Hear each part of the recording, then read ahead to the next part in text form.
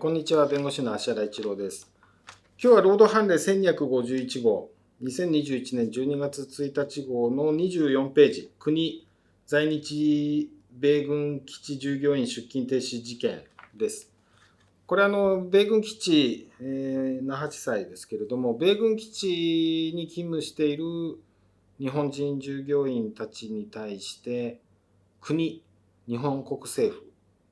が出勤停止処分をしたと。12人。事案で、そのいずれについても無効と判断しました。先に何をやったのかっていうと、11人については、空調機器の部品を使わなくなった空調機器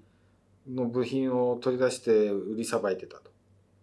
で、1名については、基地の中の食堂で勤務してるんですけど、サボっている、基地の中のアメリカ人に対して、なんでサボってんだ、どういうことなんだって体を触れたのが違法だということで、いずれも出勤停止なんですけれども、それに対して、もともと米軍の方は、こいつら全員クビにしろと言ってきたらしいんですね。で、日本国政府の方が、いや、それは重すぎるだろうということで出勤停止にしたんだが、裁判所はさらに出勤停止も重いという判断をしたという、そういう事案になります。ちょっと難しいのは、日本国政府に雇われて、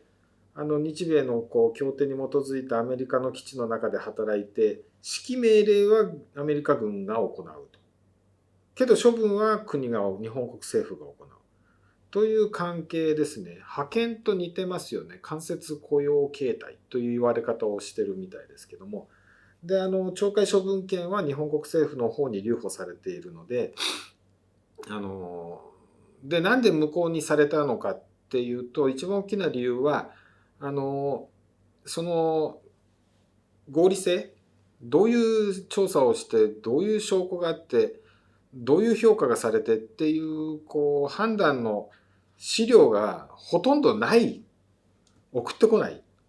で、日本国政府の方で調べるのかっつうと、それはやめろという話になり。ということで、十分な検討した証拠が何もないまま懲戒処分したということになりますので、これは日本の今の労働法の中で合理的と言われる可能性は最初から期待薄ですよね。なかなかそうある事案、見かける事案ではないのですが、派遣元と派遣先の管理者、